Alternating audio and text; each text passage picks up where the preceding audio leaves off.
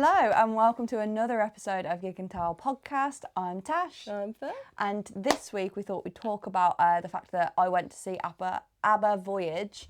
You actually didn't come to this one, did you? I didn't. I opted out of this one. Yes, you decided to, sorry, I'm just grabbing that hair off you. Thank you. Decided to give this one a miss, didn't you? To be fair, it was a trek to travel to. Yeah, and to keep this podcasting up, I need a new computer, so some sacrifice had to be made. Fair. So I thought we'd talk a bit about the experience of ABBA Voyage, but also just in general about stage sets, because obviously ABBA Voyage was very different with it being AI. I thought those two things would link quite well together. So that's what this episode is going to be about. So starting with ABBA, we went to London to go and see that. I went with a couple of friends and some family, and it was really good, but I think that I'd have thought more highly of it if I'd have watched it closer to home. I think the fact that we travelled for it made the day, because we travelled there and back the same day to London and back, and we live quite far from London. It takes a good few hours to get there, so we didn't get back until early, sort of AM. I think it might have, you know what, I can't remember to even say, I'm not sure. But it felt like a really long day, which I think is probably what took away from the experience a bit for me. But if it was close to home, I maybe wouldn't have had that opinion. So ABBA Voyage isn't your usual concert. Mm-hmm. Can you explain to people who aren't familiar what it is? Okay, yes. I think the gist of it is that when you're looking at them on stage, they look like what they looked like when they were in their prime and they were performing on stage. So I think that the gist of it is so that they play with the technology so that you can see a full performance like you would have seen an ABBA performance back in the day, so that new generations can then watch ABBA for what they were. I think that definitely with how many people, because I wouldn't have listened to ABBA if it wasn't for Mamma Mia, because I wasn't around at that time. So I feel like now that that's been brought into our generations, they're giving something back to us by being able to perform for us the way that they would have before, but through technology and through this hologram and new AI and stuff that's going on. So it's a very interesting concept, definitely. Never seen anything like that before in my life. Yeah. But it was very different. Very different. I don't think that they've ever done any kind of AI thing like that before that I know of, unless you know. Not that I'm aware of. ABBA Voyage was the first, holographic. Yeah, that's the word, yeah, holographic. And they did it so well, like the actual stage. So you're not allowed to film, so unfortunately there's no footage of that at all over on our page. But on the stage, they had the holograms of ABBA, which looked spot on, to be fair. They looked really, really good.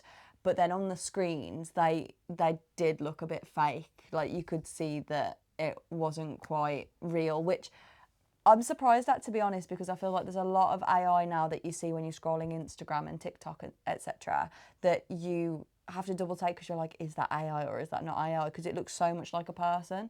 But with the ABBA screens, I don't know whether it's because they were so enlarged, but you could tell that they weren't real people being filmed on the larger screens. I don't want that to take away from the fact that the actual stage where they looked like they were walking around and stuff was so spot on. Like, they really did look like real people from the stage point of view, which was really good. And they had them like walking on and off stage and stuff and saying things in between like they were at an actual concert and actually performing. Like, they chatted a bit about it and their experience and stuff, which was nice. So yeah, the stage production was incredible. And how about the set list? What was that like? So the set list was really good. As a whole, it was good. There was nothing really there was one song that they didn't play that I was really shocked by, and I think it might have been Super Trooper. I do remember them saying Super Trooper. Yeah, I think it was Super Trooper that they didn't play, which I was really shocked at. But other than that, they did play a lot of things that I did know, but also a lot of stuff that I didn't know. And I know a couple were new songs because they've wrote a new album. But even there were a few old ones that my auntie, who knows absolutely every song under the planet, even she wasn't singing along, like she didn't know it at all, which surprised me. And you could tell that for like the whole crowd that they felt the same. So there was some interesting choices, and definitely a few that I would have put in instead. Like they barely played anything from the second Mamma Mia film, and I know it wasn't a Mamma Mia thing, it was an ABBA thing, but in Mamma Mia is all the biggest ABBA songs. Yeah. So you'd would expect them to be played, and they did play a lot of them, but there was a lot more in Mamma Mia that I would have thought they would have played in ABBA, but that might be a me problem as a Mamma Mia fan over an ABBA fan. Yeah. But yeah, and it was also quite short, the set list. So I think that it was done by 8:30. Okay. Which felt really, really, really short. I'm pretty sure it started at 7. Maybe it was like a lack of support act. Yeah, You're used true. to a lot more when you go and see a show, because there'll be 1, 2, sometimes 3 support acts. That's true. I think that our friend made a good point where she said that we've seen artists perform for 2 hours, 3 hours before. Yeah. Like we say, Katy Perry was on at 8:30. She was still performing at 11. But so for it to be a computer, like these aren't actual people that are on the stage that need stamina. This is all done through a computer. You'd have thought that you can make it longer because it's not like you're relying on real life people. Mm-hmm. So it would be like making a 2-hour film, which I feel like no films are under 2 hours now. You know what I mean? Like, Yeah. you can do it. Everything's getting longer. Yeah, definitely. Everything's getting longer, which is crazy because the way that shrinkflation is going, most things are getting smaller and shorter but more expensive. Yeah, It's true. getting more expensive, but you're getting a lot more out of most of them. Yeah, really. true. So yeah, ups and downs with it. I think it was a very good idea, very original. I really hope they do an Elvis one. I would really love to see that. I would go to an Elvis one. I would really love to see that. I would know a lot more Elvis than I would ABBA, to be honest. Yeah. I probably would have known more ABBA through the Mamma Mia films than Elvis, but I know you listen to a lot of Elvis. It would be the more, what's the word, gospel stuff for Elvis that I wouldn't know, but all of his upbeat hits and stuff. Yeah. I would be all too familiar with. Yeah. So yeah, it was good. I'd recommend going. It was nice that you couldn't film anything in a sense that you didn't have loads of phones blocking your view.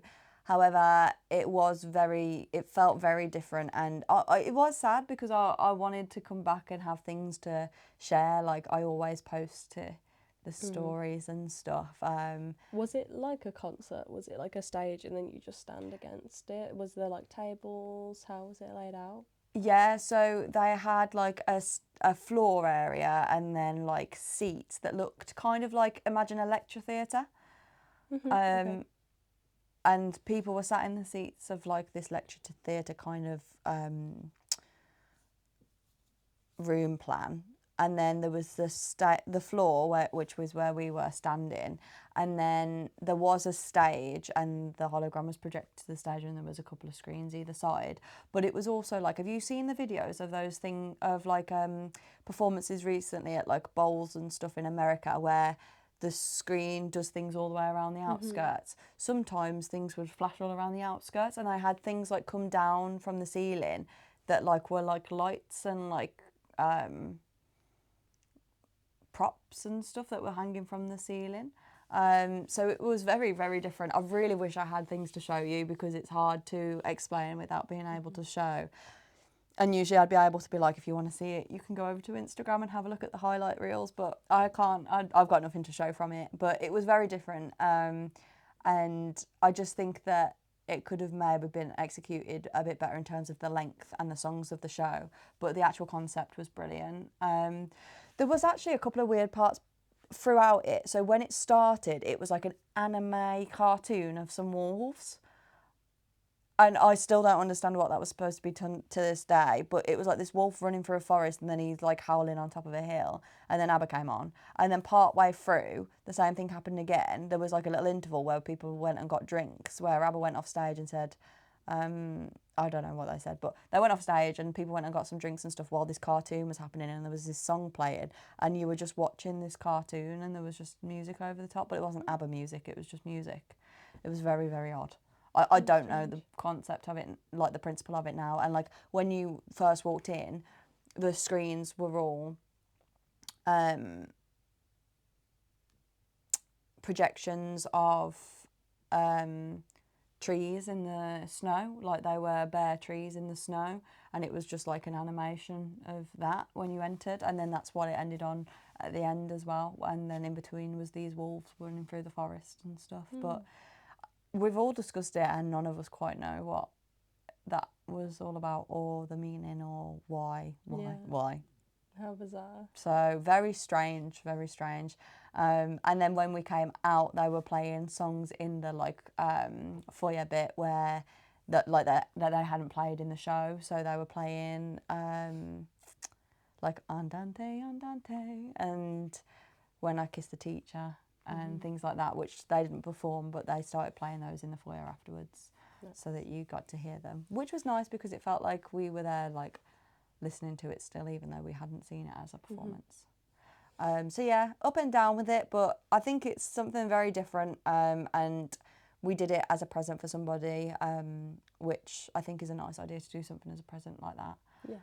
So I'd recommend it in a sense. I just think that I was expecting a little bit more from it than what we got.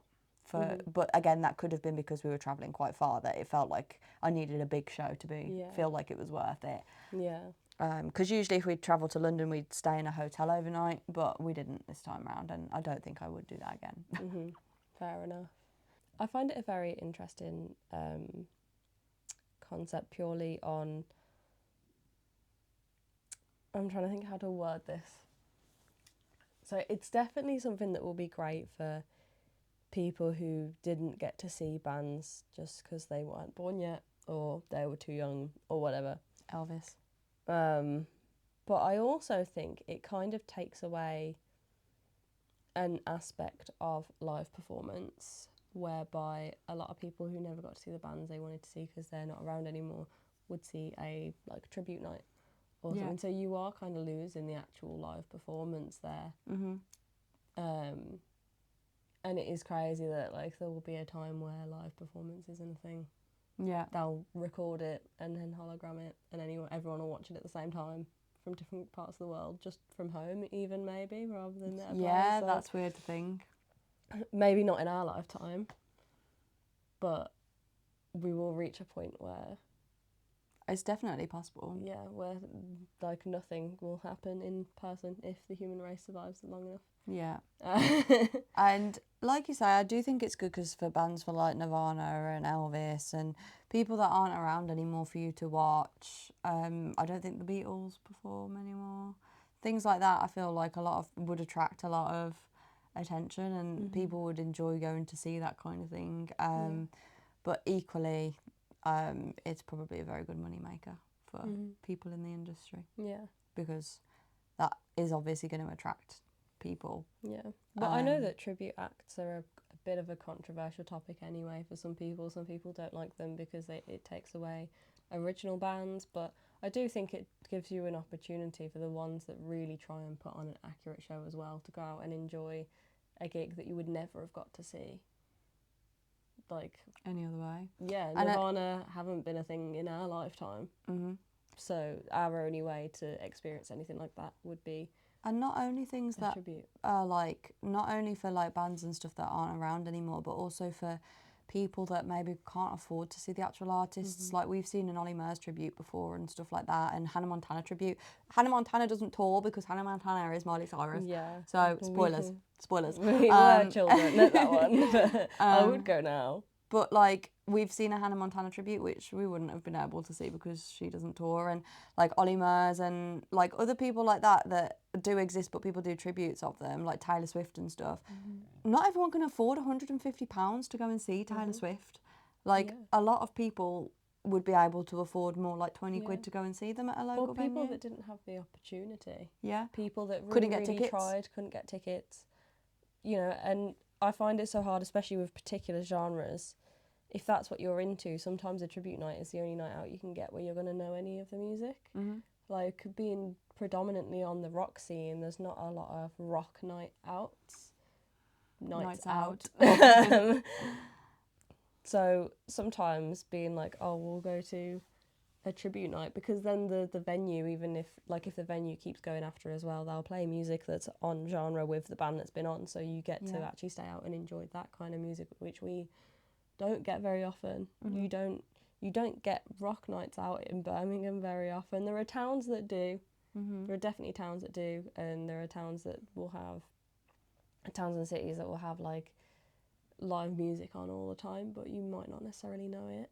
Mm-hmm. Or I feel like Nottingham would be a good place for the kind of stuff that we like, for like the bars and stuff. But there are also certain clubs that do stuff like that. Like if you go to Planet in in Wolverhampton, then you're gonna get that kind of scene and stuff. But it is all clubs and not like live music. Yeah.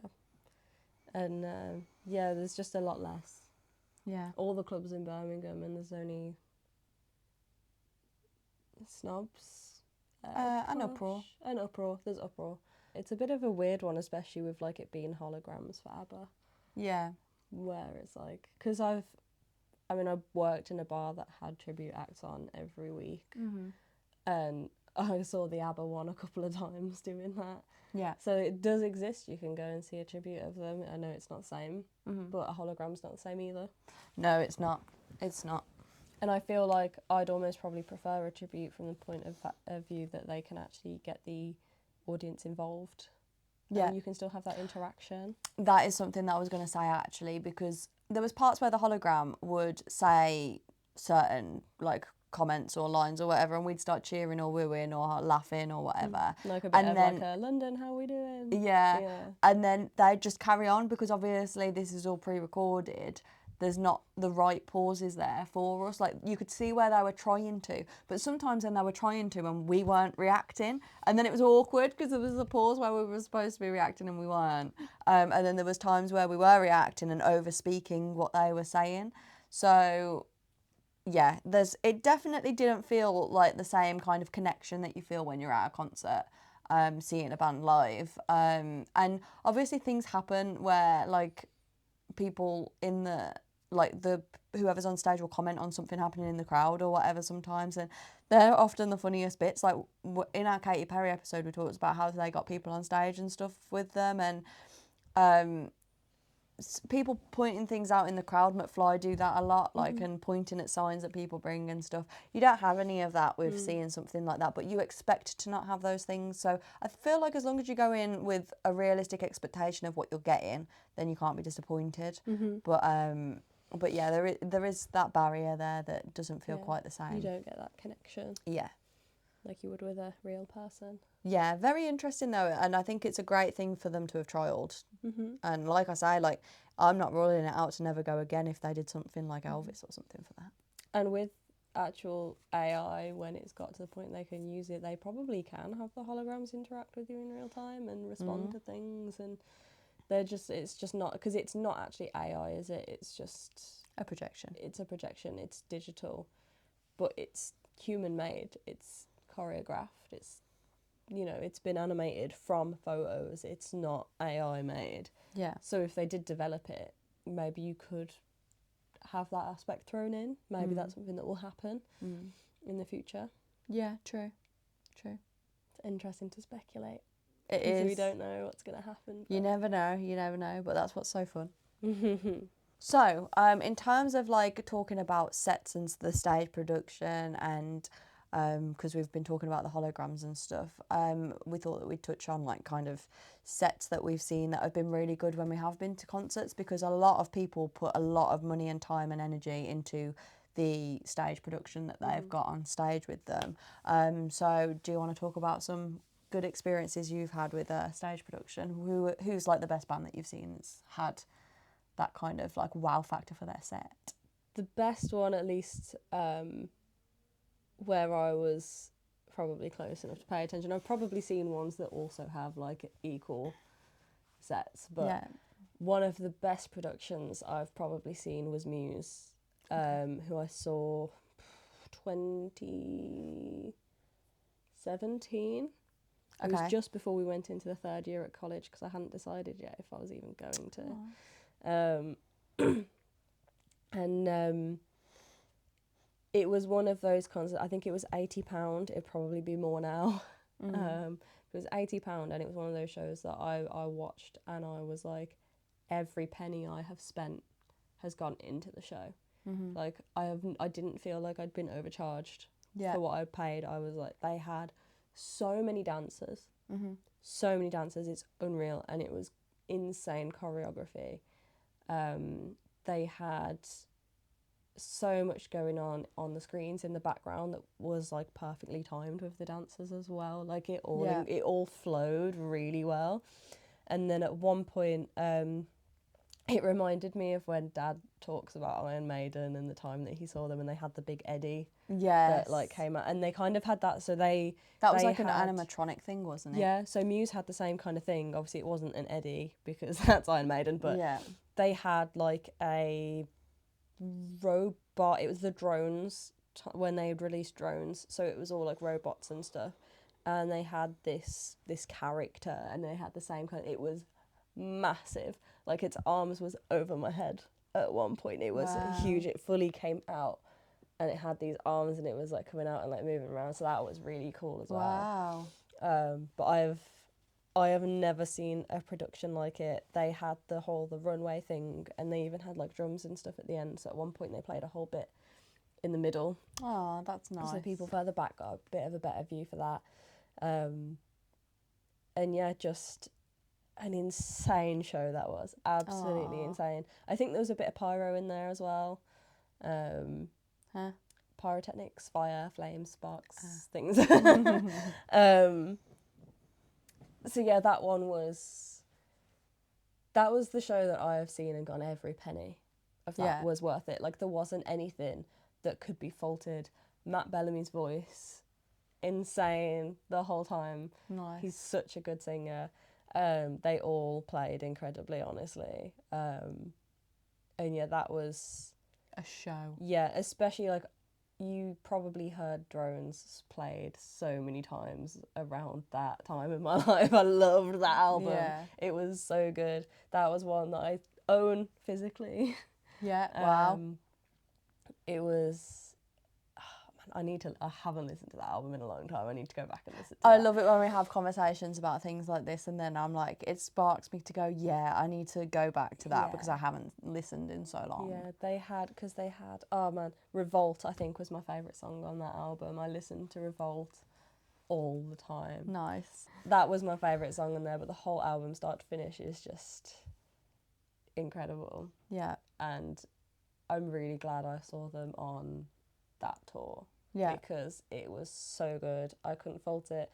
And like, I love it when bands that are smaller, that don't have the budget, try really hard as well. Like we mentioned in the As It Is review a couple of episodes ago, like they wouldn't have the kind of budget to do that kind of thing. They wouldn't have the pyro, the dancers, they just wouldn't have that budget. But they did so much with the lighting. Yeah, do what you can do the best you can with what you can. Like it wasn't half-assed. They didn't just go, oh yeah, just make sure we're lit. Yeah. Like they had different lighting for the different albums as they were playing them, and it was really well thought out. So I think there's a lot that bands can do from lower level budgets to higher level budgets, and it's really nice to see like, oh, they've put thought into this. Yeah. They've put time and effort. I think when we saw Green Day as well, it wasn't anything fancy going on like it was with Muse, but they had the different backdrops, if you remember, for American Idiot and Dookie, that like moved almost a little bit. Yeah. Like they were physical. It wasn't like screens. It was physically built, and I rate that. Yeah. I think one that stands out as well as one that could so easily have been a low effort set, but they did definitely put effort in, was No Offence at Slam Dunk.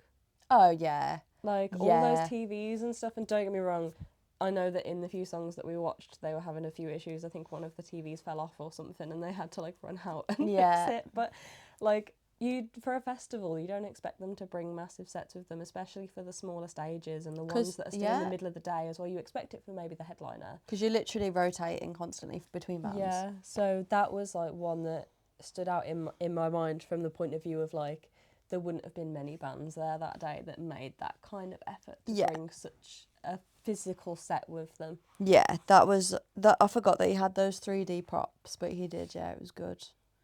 And it does make a difference to what you're watching, and especially when you're paying so much for a ticket in this economy. Like, it's so expensive to go and see shows these days, and obviously everything else is so expensive as well. Something's got to give. So when you're actually paying to these prices, it's nice to go and see how much effort and energy and everything's been put into it. And yeah, I think that I agree. It's nice to see smaller bands doing it. The only two bands that I have to talk about, I think, that did similar, like really good, like set designs are two very big artists. So the first one was Bring Me the Horizon.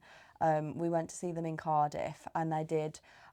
So where you've got your stage, you know, if you were to have like a curtain drop in front of your stage. I miss that. I feel like they don't do that anymore. Yes, I agree. That used to be a thing. Every show. And now it's it was just a for curtain theatre. drop, and now like it's just the vamps that do that now. Yeah. Don't ever stop doing that. Yeah. But yeah, they had like, it wasn't a curtain, but where your curtain would be, they had a hologram of a cage, and there was wolves and stuff in it. You just love your wolves, don't you? I know. I don't know. Every show I go to, they're like, I'll throw a wolf in there for Tash. But yeah, no, they had like these wolves that were coming out as like into the audience and stuff. That's and they had this like cage thing. 5 Seconds of Summer did that as well. And I can't remember what theirs was, but they had like a hologram in front of them as well.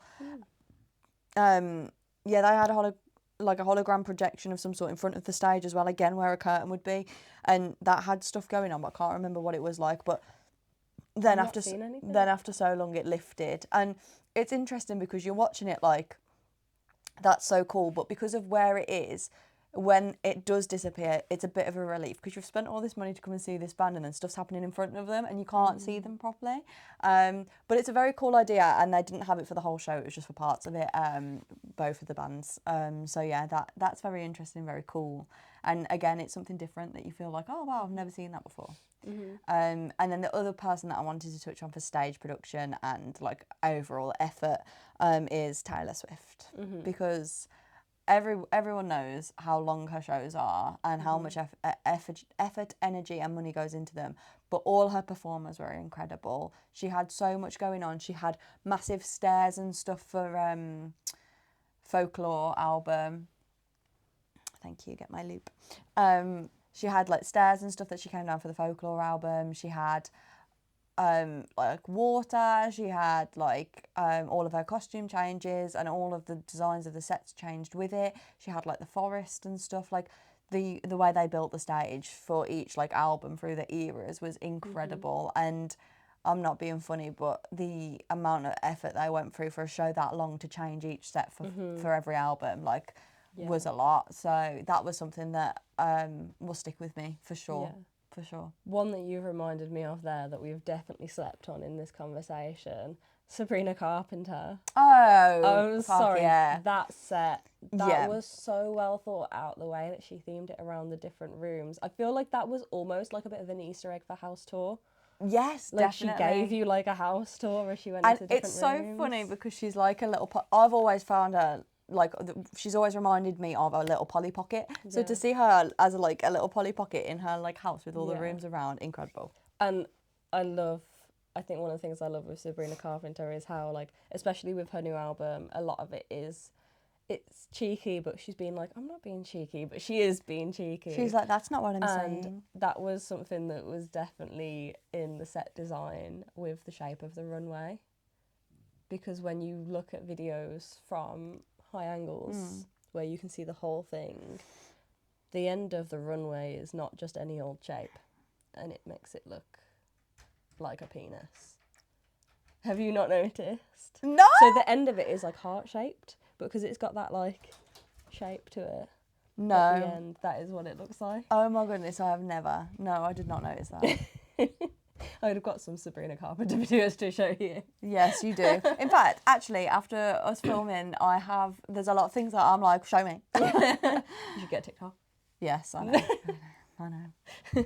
That's interesting about Sabrina, but yeah, she did a very good set, and obviously she does a lot of theatrics with her stage performance and stuff as well. So Definitely. yeah, she's a good one. I can't believe I didn't think of her when I was thinking about I it. literally didn't until you said Taylor Swift, and then I was like, wait, Sabrina.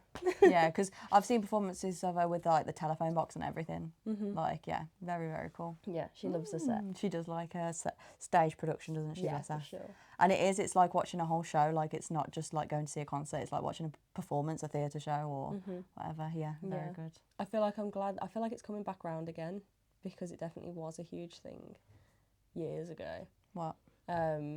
Sets. Oh, sets in general. Yeah.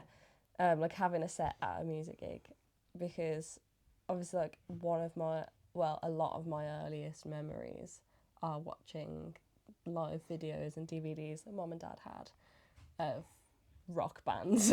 Yeah. And I feel like whenever we watched any of those, like AC/DC had crazy sets. I don't Absolutely remember. crazy sets.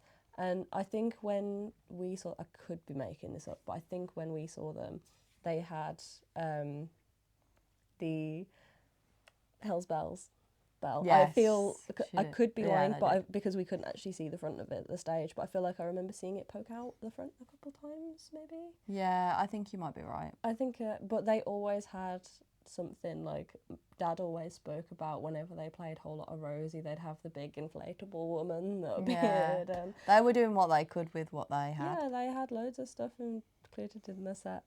And I feel like it was a big thing, like bands wanted to show off and they wanted, whereas now it's almost a bit like, oh, well, they're going to come to the show anyway. Yeah.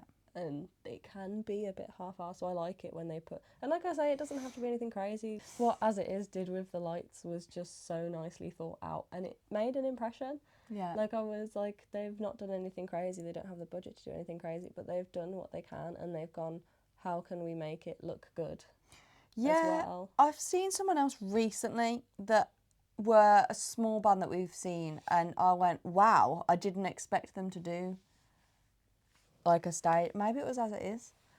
I literally said while we were there, I was like, wow, I didn't expect like a whole ass stage thing at a venue this small. And I've said it about water parks before. They've sometimes like filled the stage, like this tiny stage with set, so that they've got something going on. Because I know that Austin's really heavy into pushing like his visuals and stuff, and getting, because at the end of the day, music has a vibe and music has a feel to it. So I feel like the artists performing want to portray that feeling. So that be that through lighting or through props or through video or stage design or anything like that. Like, you want to give the emotion and the vibe of what it is that you're performing, which obviously then changes throughout the set.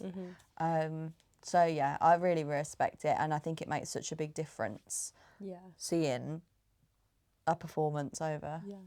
Can I touch on one I've just thought of as well? Yeah. Because this one, I think it was probably the most exciting time of our life. Okay. But it wasn't necessarily the set design on the stage so much as across the whole room every time, which was in Barcelona for the Ramps Festival that they did in Barcelona. It was after their Cherry Blossom album was released, so everything was Cherry Blossom, which is literally the inspiration for the room we are in now. It's all decorated, like the Cherry Blossom album is up on the wall and everything. And they had Cherry Blossom everywhere. They did, literally everywhere. Like, and you could see that the same things were being taken to each venue for each part of the festival. But it just made the whole room the set, which was really nice. Like, they had the like tall trees. We had a couple of nice pictures under those. Yeah.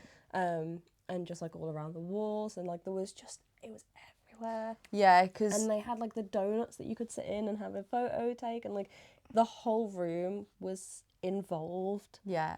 Not just the stage, and that was just an incredible It was vibe. immersive. Yeah, it was a completely immersive experience. And I know that it's a festival and not a gig, but even the gig had those things in where they just did the show at what was it called? Razzmatazz.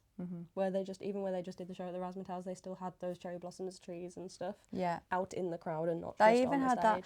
that. I don't remember exactly what it was, but they had that little bit that said the Vamps, didn't they? Because I went like this and my fingers accidentally made a V. It was like a little photo booth, wasn't it? It was lit up at the back. Yeah, and it said the Vamps and stuff in it neon. Honestly, like they made everything That so was really cool thought through. And for anyone that doesn't know, that weekender that we went to, it was like you did different things in Barcelona. So it was like some things we were talking about were in a club, and some things were like at a brunch outside, some things were on a boat party, some things were pool party, some things were the actual show, like the gig in a concert venue. So all these different places that you went through throughout this weekender in Barcelona, like every time you went to another place on this weekender, which was hosted by a company called Pollen, who are not a thing anymore. I think they did another one with Bring Me the Horizon somewhere else. That one was Malta, and it was Bring Me the Horizon and the one that I like, Bullet for My Valentine. Wow. And they had like a rooftop pool show, so the band were on stage and everyone was in the pool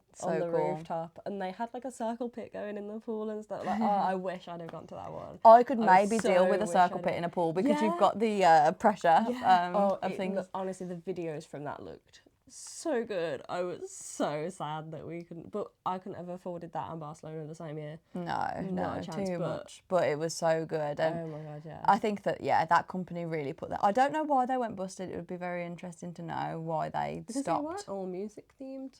Some of them were just like, here's a ski package. Yeah, interesting. Like, there was lots, but I don't know, but I'm telling you something, they put on a show, like an experience for this. And this is what bugs me in today's economy, because how did something with so much quality not get what it deserved? If they'd have done that every year, I would have gone every year. Every year, for sure. If they put something on like that now, I would go again. Yeah. So happily. It was so good. It was incredible. Yeah. Absolutely incredible. Definitely. So I think that it's safe to say that it's not just all about the music. It is definitely also about... It's a whole experience. Yeah. More than just the songs. So...